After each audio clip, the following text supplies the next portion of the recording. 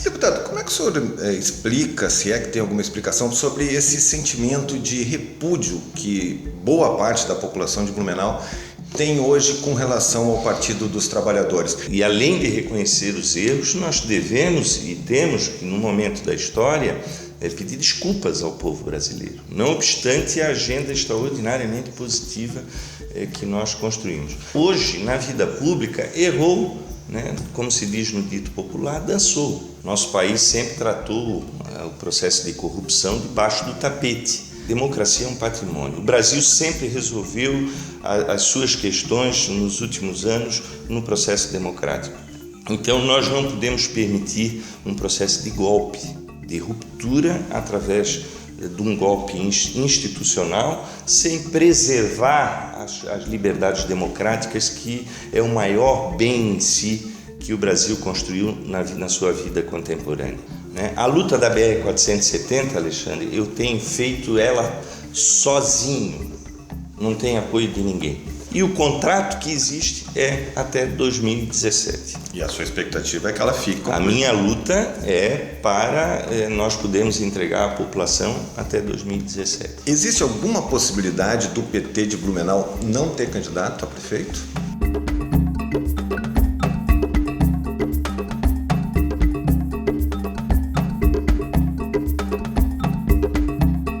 Olá, começamos mais um Informe Blumenau Entrevista, dessa vez com Décio Neri de Lima, do Partido dos Trabalhadores. Está no seu terceiro mandato como deputado federal. Foi presidente da importante Comissão de Constituição e Justiça da Câmara dos Deputados, no mandato passado. Também foi prefeito de Blumenau 2 vezes, entre 1997 e 2004, além de também ter atuado como vereador aqui na cidade. É uma das principais lideranças do PT em Santa Catarina. Recentemente, anunciou a transferência do seu domicílio eleitoral de Blumenau para Itajaí, onde deve ser candidato a prefeito. Deputado, obrigado. O que houve? O senhor se transferir para Itajaí, está abandonando Blumenau? Não, absolutamente. Nós temos uma ligação que é eterna com a cidade de Blumenau. Aqui moram os meus filhos, a minha neta, minha querida esposa, com quem compartilho não só a vida pública, como todos sabem, mas também o cuidado que nós temos com as coisas da cidade de Blumenau e também com a agenda da política. Alexandre, a política ela é uma causa. Eu acho que esse é o lado bom da política, não obstante as perplexidades que a sociedade às vezes se entristece com os acontecimentos. Eu tenho a política como um processo de agenda de lutas. O que me move na política são as utopias que a gente constrói a fim de poder traduzi-las em melhoria da qualidade de vida do nosso povo. E neste momento, entendendo as dificuldades que passam o nosso partido com a saída e com a perda do mandato do deputado Vanoi Morastoni, também tivemos a mesma situação no Alto Vale com o ex-deputado Jailson Lima. Nós tivemos que agasalhar todo este patrimônio de 36 anos de construção de uma agenda que se transformou depositária de muitos resultados que o Brasil alcançou na vida contemporânea. Então eu fui para Itajaí no sentido de cuidar deste patrimônio, partilhando com a Ana Paula, que vai fazer os cuidados que nós precisamos ter aqui no Médio Vale, e eu vou ter um trabalho mais direcionado para a região da Foz do Rio Itajaí-Açu, nos municípios que compreendem essa região, para poder continuar impulsionando o conjunto de causas que nós representamos para o povo do Vale do Itajaí e para o povo catarinense. Essa mudança também é no sentido de que, como eu não era uma expectativa de poder participar diretamente na condição de candidato na cidade de Blumenau... Por que o senhor não era? Porque eu acho que eu cumpri a minha tarefa na condição de prefeito.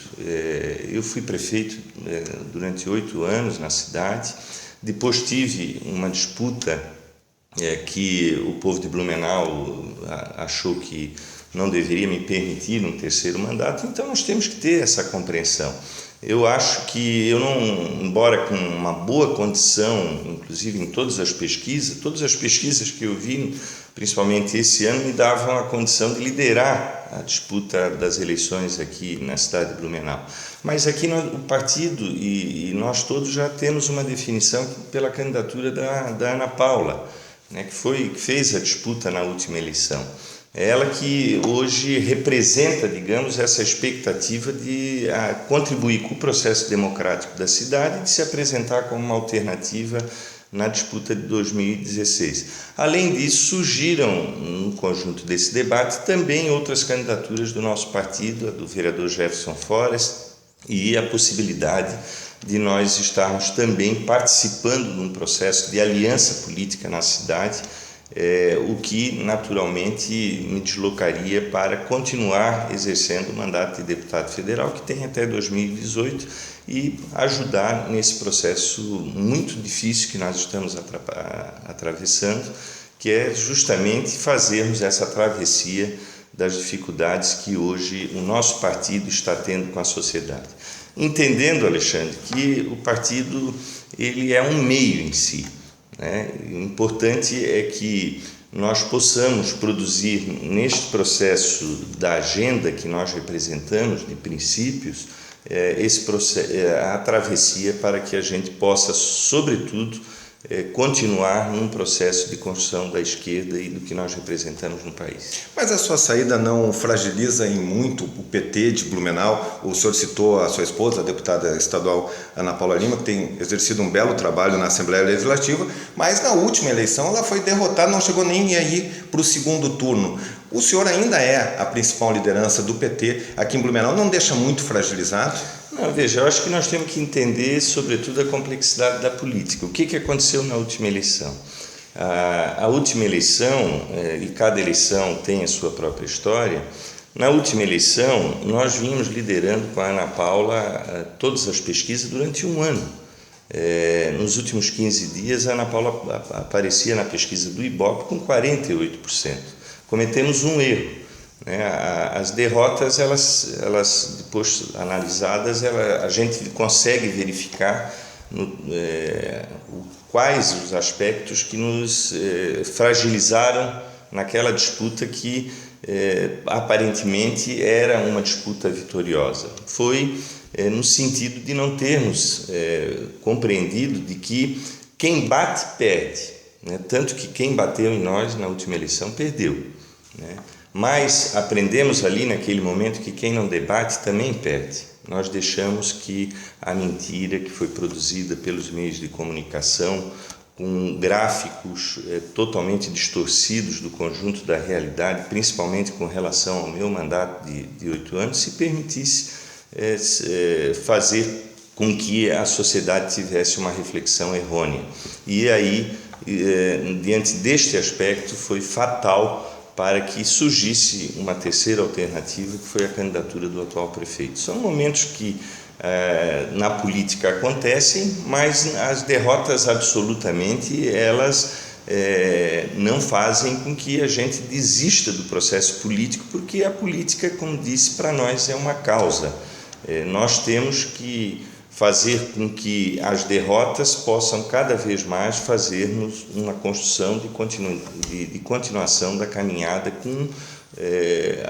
com correção dos erros e com isso nos permitir que possamos nos apresentar como alternativa e como novas utopias para a sociedade. Deputado, como é que o senhor explica, se é que tem alguma explicação, sobre esse sentimento de repúdio que boa parte da população de Blumenau tem hoje com relação ao Partido dos Trabalhadores? Eu vou citar um fato recente que aconteceu na abertura da Oktoberfest. Logo depois, até foi muito desagradável, mas logo depois do hino nacional, quando terminou o hino e um representante da Brasil Quirim foi falar, o pessoal também começou a gritar fora Dilma, fora PT. E a gente vê pelas manifestações, percebe pelas redes sociais esse repúdio grande da população. O que aconteceu? Lembrando que o senhor teve uma experiência bastante exitosa quando esteve à frente da prefeitura pelo PT. Eu acho que esse é o grande desafio que está colocado não só para o PT, mas para todos aqueles que, através da democracia representativa, vamos enfrentar o processo de construção permanente da democracia no Brasil. Há um processo de intolerância muito grande na sociedade. Essas produções, elas não são novas nem no Brasil e nem no mundo. Geralmente, diante de situações dessa natureza, onde a sociedade reúne um sentimento de profunda frustração, se criam coletivamente atitudes de intolerância. Isso aconteceu, por exemplo, na década de 30, com o surgimento do nazismo, na Itália, com o surgimento do fascismo. Aqui no Brasil nós tivemos vários momentos desse, em 1935, por exemplo, tanto pelo viés da esquerda, com a radicalização, com os integralistas. Nós vamos verificar isso com o suicídio do Getúlio, nós vamos verificar isso em 1964. Temos que ter uma compreensão desses fenômenos que se realizam. E acompanha nessa modernidade, sem dúvida nenhuma, um processo que não permite que as pessoas possam, de repente, se debruçar sobre conteúdos e poder verificar um conjunto de ações que são acumuladas e de profundo sucesso do nosso país. Então é mais fácil xingar, é mais fácil agir com intolerância, é mais fácil, hoje, na velocidade dos acontecimentos, fazer com que as pessoas, numa frase, queiram definir a complexidade do conjunto da sociedade. Primeiro, esse aspecto. Segundo, inegável de que o PT cometeu erros, que precisam ser objeto de autocrítica junto com os setores da sociedade. É evidente que isso não se faz de uma hora para outra. Nós vamos ter que fazer essa construção através do debate democrático, nós vamos ter que expurgar os acontecimentos que, lamentavelmente, macularam uma agenda extraordinariamente positiva para o nosso país, porque os acontecimentos que nos levaram a essa situação, eles não são aqueles decorrentes de termos saído da 13ª economia do planeta em 2002 para chegarmos hoje à 7ª economia do planeta. Não são decorrentes de nós termos tirado 42 milhões de pessoas da linha da pobreza e da miséria, de termos no ano passado tirado o Brasil pela primeira vez da sua história do mapa da fome.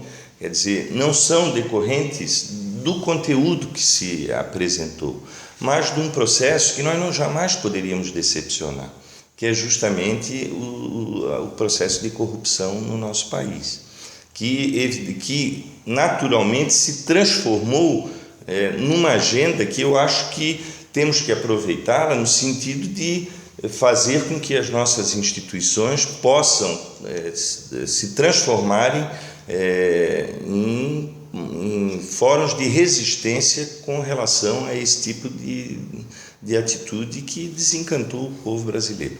Agora, é evidente que há também um conjunto de desinformações nessa questão. Por exemplo, se pegar a Lava Jato, a maioria dos envolvidos não é do PT, embora o governo é do PT, e eu volto aqui a dizer, temos que ter a humildade de reconhecer os erros, porque se nós não reconhecermos os erros, não é com soberba que nós vamos reconquistar a empatia do nosso povo e da nossa gente. E além de reconhecer os erros, nós devemos e temos, no momento da história, pedir desculpas ao povo brasileiro, não obstante a agenda extraordinariamente positiva que nós construímos. Mas o processo de corrupção, que começa a ser, extirpado da vida pública do país, com a intensidade das operações que ocorreram, e que foram muitas, Alexandre. Para você ter uma ideia, no período do Fernando Henrique Cardoso, houveram 48 operações da Polícia Federal. A sua maioria das 48 operações da Polícia Federal foram para combater o narcotráfico, não a corrupção. No governo do presidente Lula e da presidenta Dilma, são 2.226 operações da Polícia Federal para combater efetivamente a corrupção.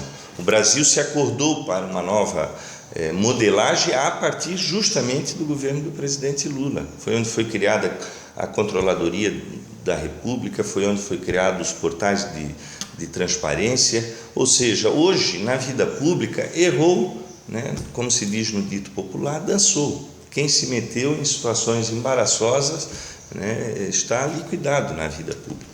Então eu penso que essa intolerância que existe é uma intolerância que ela tem as suas razões, mas ela também tem um processo por trás disso de falta de informações, de aprofundar conteúdos que só a história vai nos permitir para que a gente possa fazer a construção de um debate que seja na envergadura dos acontecimentos que o Brasil está enfrentando. Deputado, ainda falando sobre a política nacional, o senhor fez essa contextualização histórica de algumas situações no país, também citou, né, admitiu os problemas de corrupção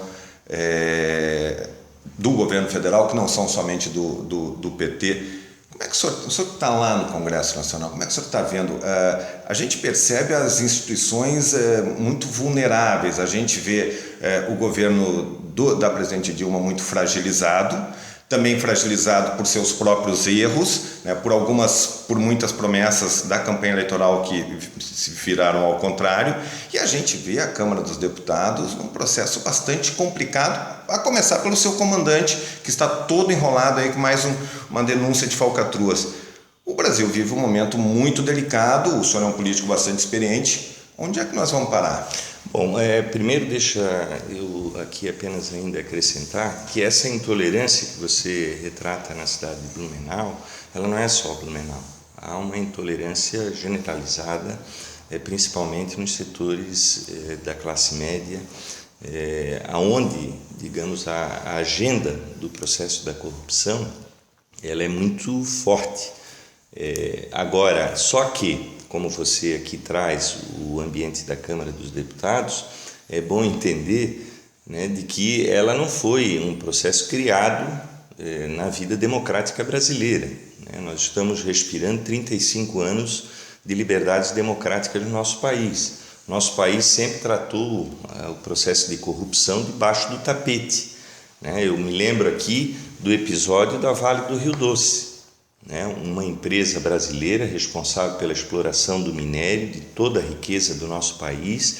Ela só de patrimônio, na época, ela valia, na avaliação patrimonial, ela tinha um valor de 92 bilhões de dólares. E ela foi vendida por 3, Alexandre, 3 bilhões de dólares.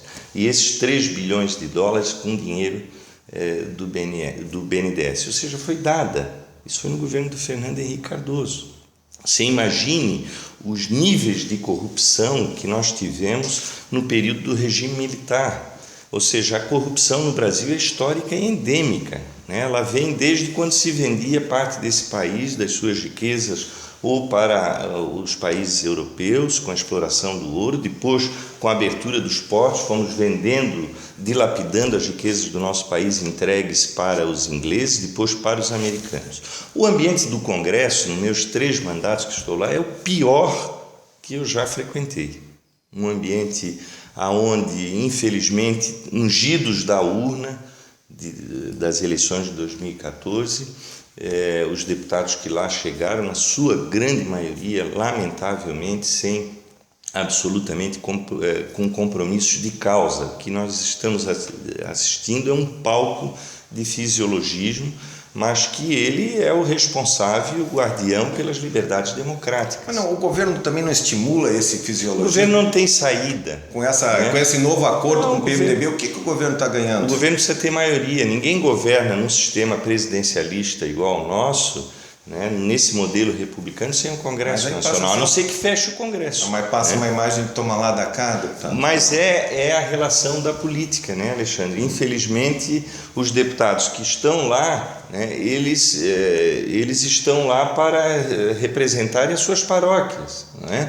Ou seja, se não me atendem com as demandas da BR-470, né, eu fico fragilizado aqui na minha base, né? E aí, naturalmente, qual é a minha atitude? A minha atitude, infelizmente, não é o meu caso, mas da maioria, é de fazer chantagem com o governo. Ou me libera, ou então eu voto contra. Infelizmente, essa é uma relação que existe lá própria do fisiologismo. Mas isso não é tudo no processo político. O que é mais grave lá são os níveis de corrupção, né?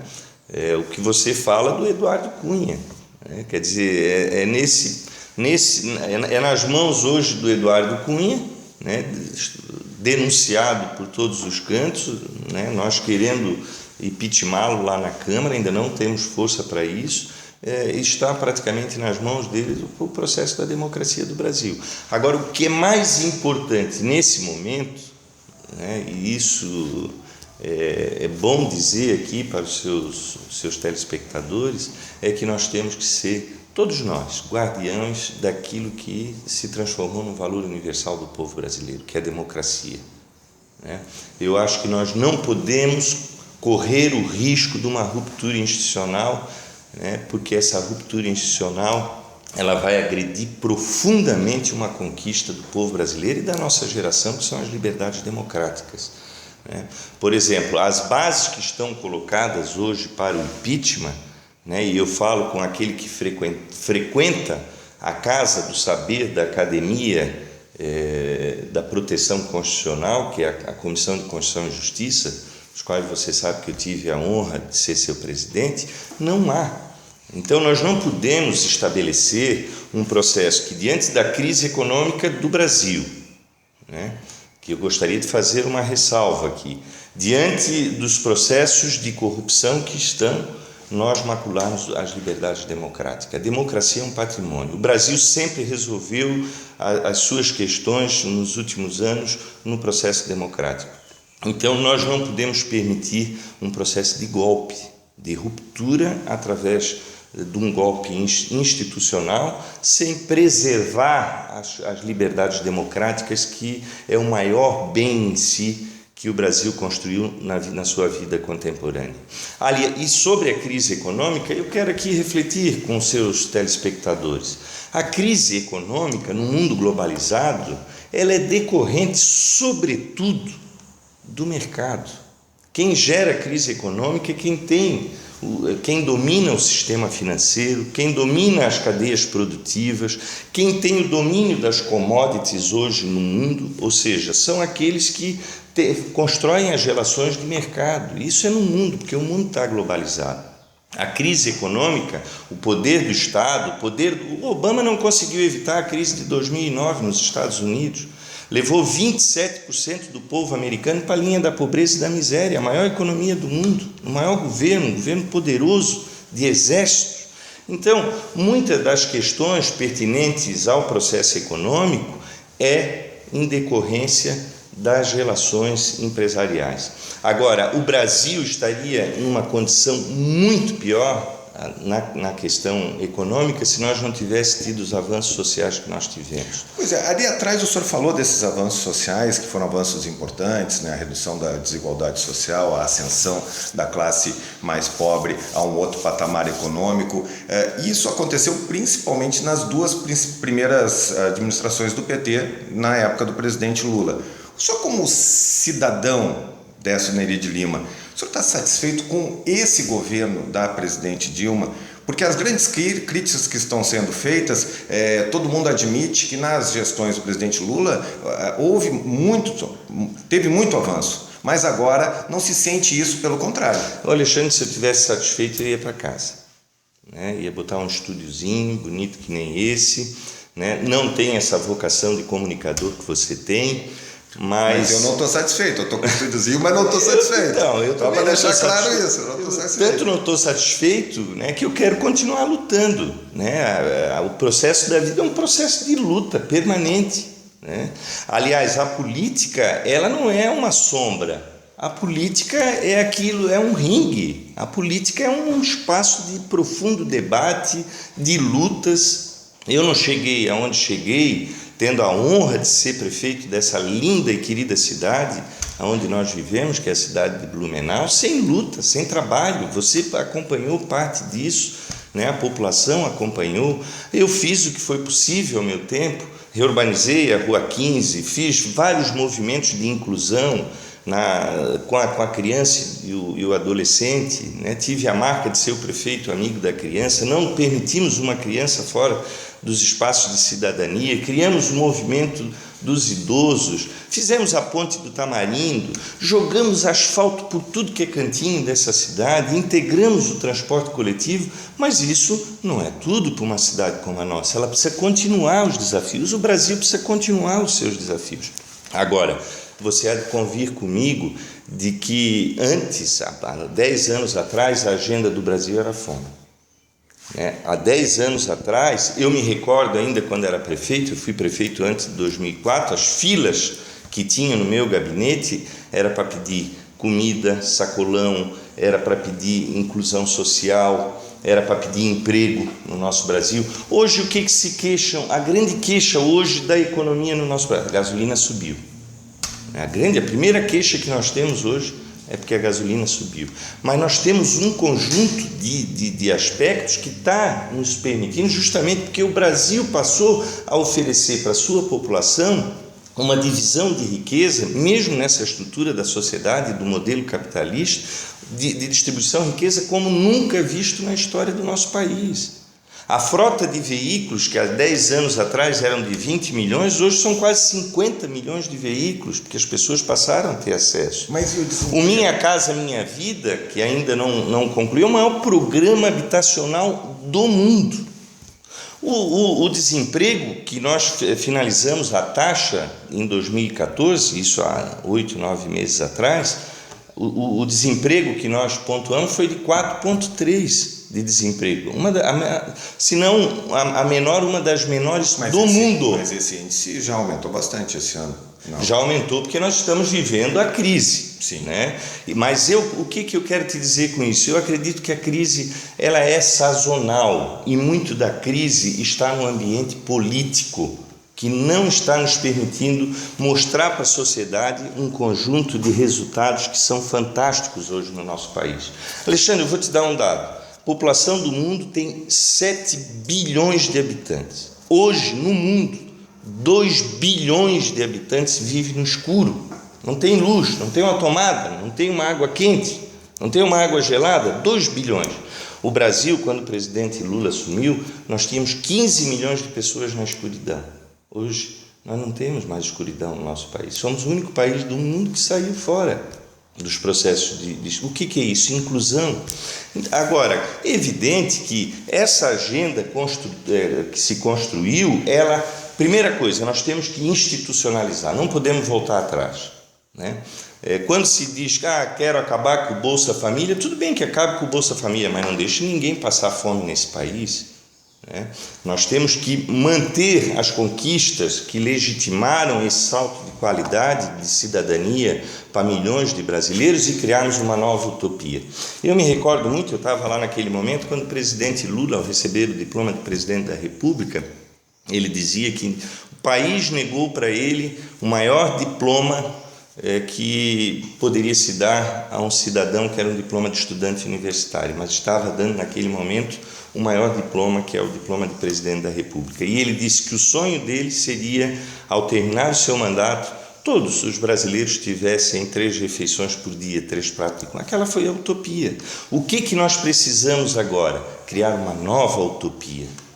Um país que caminha para ser a 5ª economia do planeta. Haverão 4 países mais ricos que o nosso. Precisa criar uma agenda que seja uma agenda que possa novamente trazer a unidade nacional, fazer com que nós possamos despertar nessa caminhada.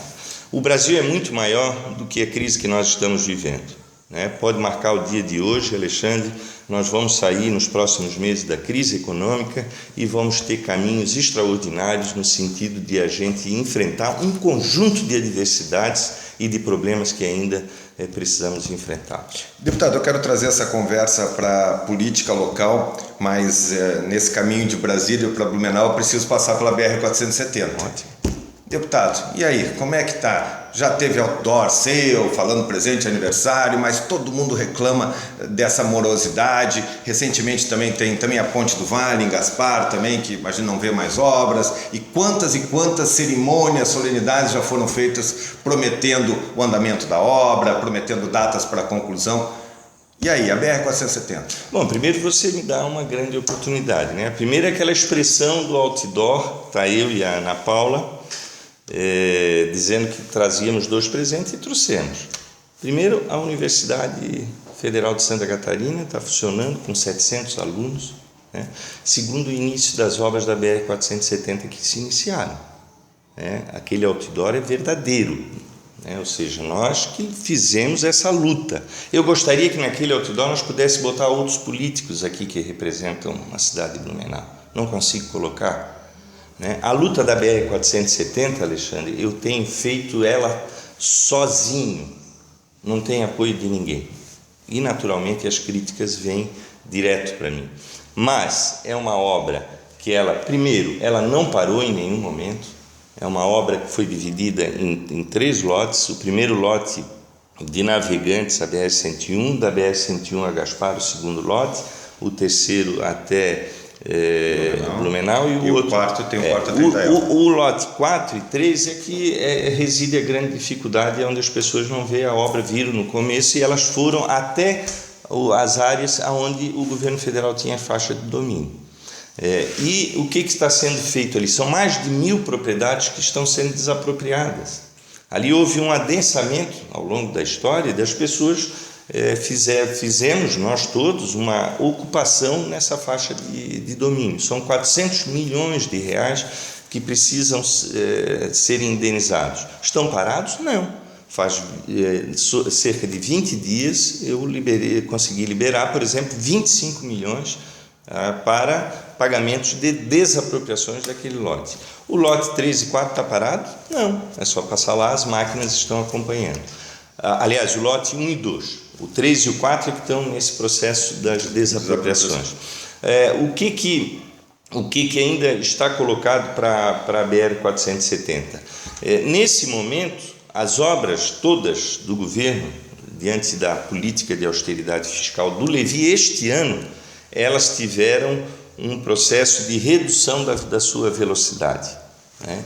Então, nós tínhamos um fluxo até maio desse ano, e aí o Levi preferiu fazer caixa até dezembro para que a partir de janeiro nós pudéssemos dar um fluxo diferente às obras todas no país, mas mesmo assim mantendo o ritmo das obras no nosso país como é mantido aqui na BR-470, principalmente no lote 1 e no lote 2. Aí o que acontece sobre a BR-470? Né? Por isso que a minha luta é sozinho, né? E naturalmente que a crítica vem para mim. Primeiro porque entender uma obra é um negócio muito complexo. Eu me recordo quando eu peguei a cidade de Blumenau, a ponte do Tamarim estava caída, né? E nós erguemos a ponte. Ou seja, obra é um processo, obra não é uma magia. E quando é que nós vamos...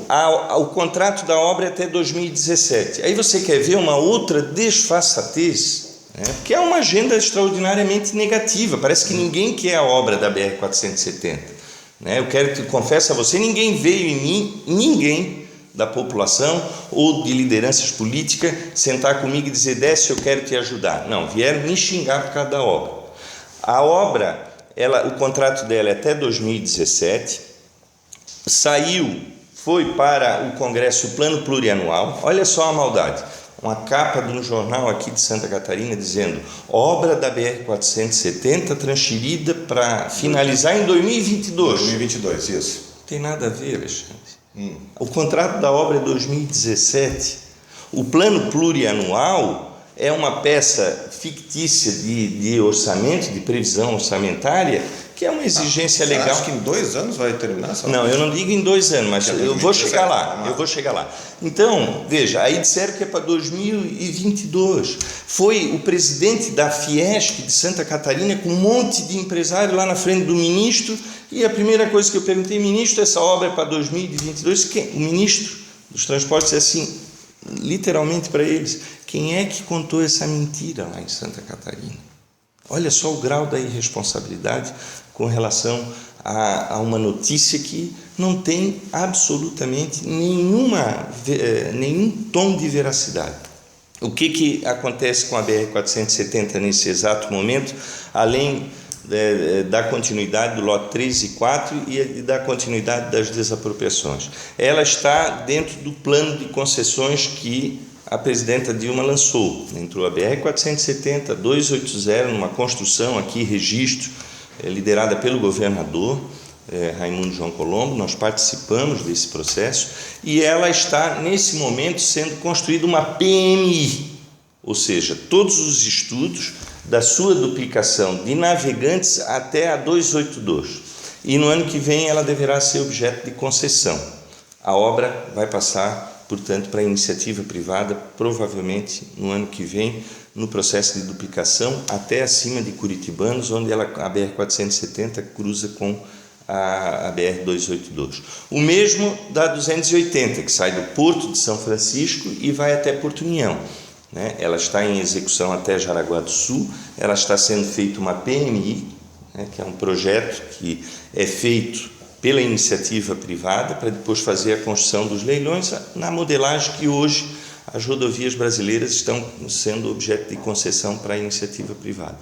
Então, com a PMI, nós devemos ter a intervenção da iniciativa privada, já nesse processo de execução da obra, e o contrato que existe é até 2017. E a sua expectativa é que ela fique concluída? A minha luta é para nós podermos entregar à população até 2017. Agora, houveram um monte de problemas, porque o Brasil, Alexandre, ele tem um Estado, o modelo do nosso Estado é fiscalizador. Nós criamos um Estado e, ao mesmo tempo, criamos Ministério Público para nos vigiar, Tribunal de Contas. O que aconteceu quando foi dada a ordem de serviço da BR-470? Da ordem do serviço a começar as obras, se perdeu 6 meses. Por quê? Mesmo com a licença ambiental, se descobriu que ali tinham bromélias. E aí tinha que tirar as bromélias de cima das árvores. Aí o Ministério do Trabalho não permitia que as bromélias fossem tiradas sem IPIs. Aí tiveram que licitar uma empresa que tenha condições de subir nas árvores para tirar as bromélias e depois cortar as árvores. Então, esse processo no país é um processo que realmente é angustiante. Nós temos um Estado burocratizado, não temos um Estado que é eficiente, e por isso os acontecimentos dessas obras em todo o país. A ponte, nós recebemos um duro golpe no final do ano, infelizmente, com Ponte do Vale lá em Gaspar, com os ministros da cidade. Nós garantimos 14 milhões no orçamento federal, esse dinheiro foi para o Ministério das Cidades e o ministro era da Paraíba. E no final do ano, esse dinheiro, ao invés de vir para Gaspar, ele teve que atender uma emergência, estranhamente, lá na Paraíba. Estamos agora numa fase onde nós estamos tratando de liberar os recursos. Eu tive que fazer um novo processo no orçamento federal, empenhamos 14 milhões e 700 e estamos agora numa luta, eu e o prefeito Celso Suzuki, para a gente poder liberar e entregar essa obra que falta muito pouco. Nós precisamos, falta 19%, por exemplo, do conjunto da obra da Ponte de Gaspar, já realizamos e executamos 81%, e eu estou tratando de fazer a liberação nesses momentos difíceis de ajuste fiscal, mas estou lutando para fazer a liberação de 14 milhões e 700, o que nos permitiria finalizar a Ponte de Gaspar. Deputado, então vamos para a política de Blumenau. Como é que o senhor avalia a gestão de Napoleão Bernardes do PSDB? Olha, por incrível que pareça, eu talvez seja o único aqui na cidade de que não tem inimigos na vida pública. Ou seja, eu sempre me relacionei muito bem com a adversidade, até porque eu nunca deixo de vestir as sandálias da humildade. Eu nunca deixo de reconhecer meus erros, de pedir desculpa, de pedir perdão. O povo de Blumenau conhece a minha alma, frequenta permanentemente a minha vida, de uma forma ou de outra, nas relações pessoais que eu consegui construir em todos os cantinhos da nossa querida Blumenau. Agora, veja, eu já fui prefeito, e eu acho que não é atitude de um ex-prefeito ficar fazendo julgamento dos momentos da história da sua cidade. Cabe a mim, sim. Responsabilidade minha, sim. Sempre ajudar. e sempre que me pediram, eu estava ali prontamente para ajudar, independente se o prefeito era desse ou daquele partido. E quero fazer isso pela cidade de Blumenau até o ensejar da minha vida. Mas o cidadão blumenauense Décio, que está com o pé em Itajaí, mas ainda é cidadão blumenauense. Não, o cidadão Décio não pode ter duas convicções, né? A minha convicção, eu quero o bem da cidade, eu quero ajudar.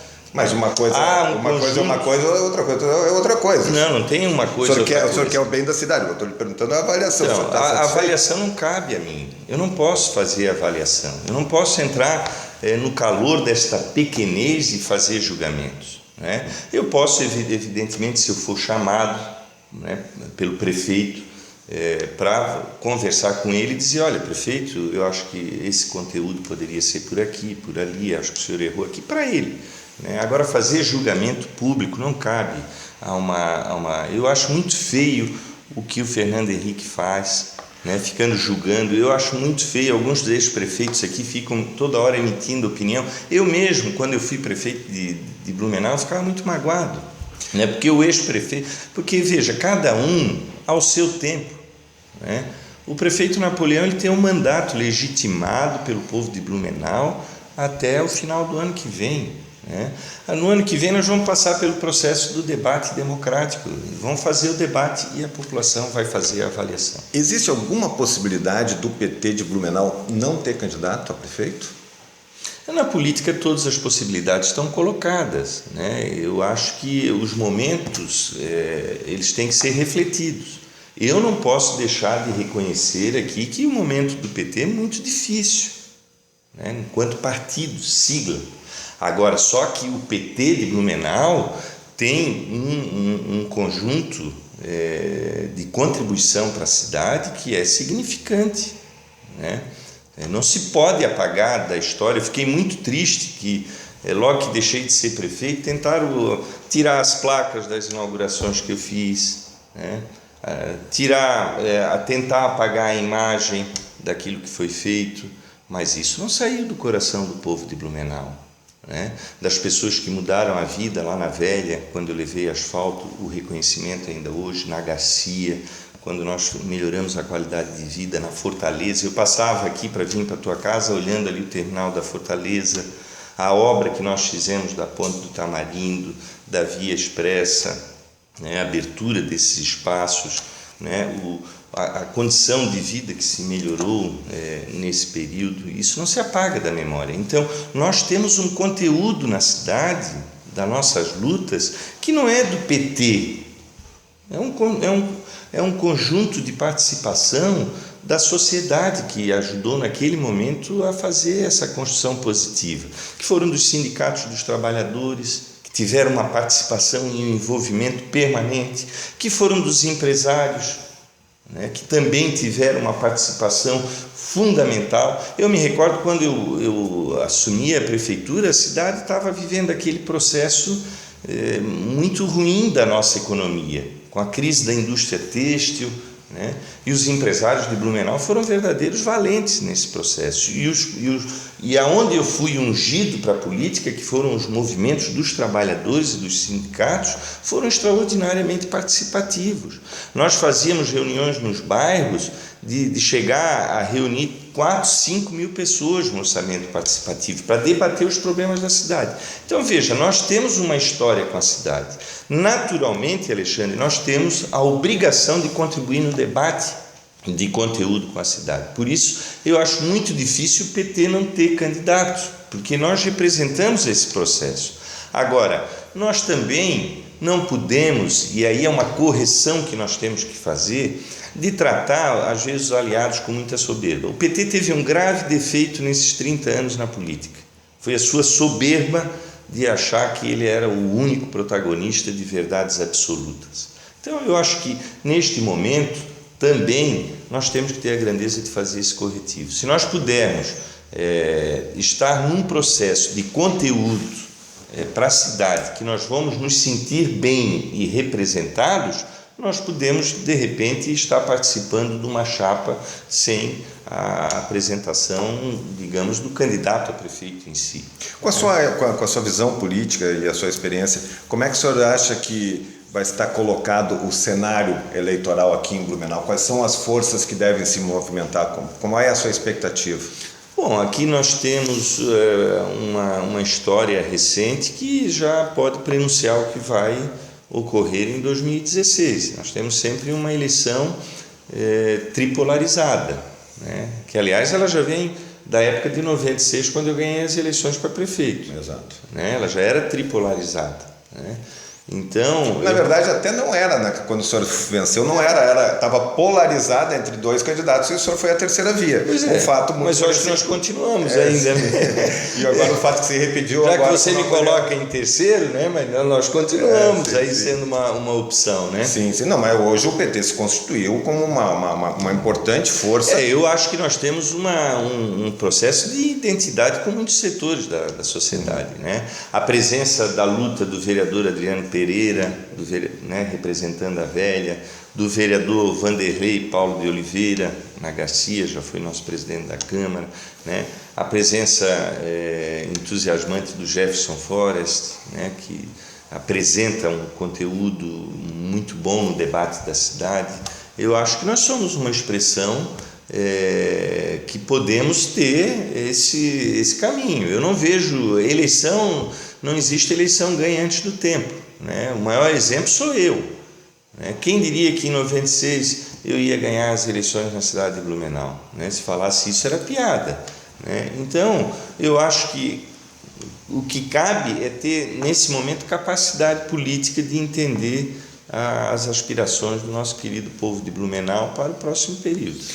Para encerrar, o senhor está indo para Itajaí, provavelmente vai ser candidato a prefeito, e um dos candidatos que também estão previamente colocados é o Paulinho Bornhausen. Se fala muito de uma eleição de forasteiros, apesar do senhor ter nascido em Itajaí. É isso mesmo? Vai ser essa polarização em Itajaí? Não, eu acho que está muito cedo para se precipitar uma agenda de definições, assim como você pergunta. O que existe em Itajaí hoje é um ambiente extremamente confuso, né? Uma cidade que está sendo palco de uma operação que está debelando um processo grandioso de corrupção, né? Grande parte dos que comandam a prefeitura, né? Inclusive todos ligados ao ex-deputado Paulinho Bornhausen, estão sendo presos. Ainda diz que a operação ela tem muito espaço pela frente. Itajaí está encerrando um ciclo também, né, com o prefeito Jandir Bellini concluindo seu 4º mandato de prefeito, né? E naturalmente Itajaí hoje ela é uma cidade estratégica para o Estado, inclusive para a cidade de Blumenau, pela questão do porto, pela questão da logística, né? Ela é importante para os indutores de desenvolvimento econômico do nosso Estado. Eu vou estar, assim como aqui em Blumenau, no debate permanente em toda a região. Agora, a candidatura, veja, eu não fui para Itajaí para ser candidato a prefeito pelo PT, né? Se eu tiver que assumir algum grau de responsabilidade nesse nível, que eu te confesso, né, você me permite dizer, você é meu amigo, Alexandre, de muito tempo, você sabe que eu não sou pessoa de bravatear numa situação dessa. A minha transferência de domicílio eleitoral, ela foi para entusiasmar o pessoal de lá, porque perde um deputado, perde um potencial candidato a prefeito, perde um vereador, eu tive que criar uma utopia para aquilo que estava lá em Itajaí. Então, eu não fui para lá e nem preciso, né, ser candidato a prefeito de Itajaí, mas eu quero ajudar, assim como Blumenau, ajudar a construir uma alternativa de conteúdo. Se nós tivermos na cidade de Itajaí um empresário, né, se nós tivermos lá em Itajaí alguém que tenha à disposição e condições de liderar um novo ciclo para a cidade, eu vou estar apoiando, ajudando, né? Assim como aqui em Blumenau, minha presença vai ser sempre muito participativa, né, para ajudar e para contribuir em todos os momentos que a gente puder modestamente dar a nossa contribuição. Deputado, muito obrigado pela entrevista. Certamente, ao longo aí desse processo do Informe Blumenau, a gente vai conversar outras vezes, ainda também durante todo esse processo que ainda tem muito para esquentar, ainda o processo eleitoral, as coisas que acontecem em Brasília. Mais uma vez, obrigado pela sua participação. Alexandre, eu que quero agradecer e quero dizer para você, né? O Informe Blumenau vai ser um sucesso, né? Tomara. Tenho plena convicção. Um grande abraço. Obrigado. Maravilha. Encerramos aqui então mais um Informe Blumenau Entrevista. A você que nos acompanha, muito obrigado.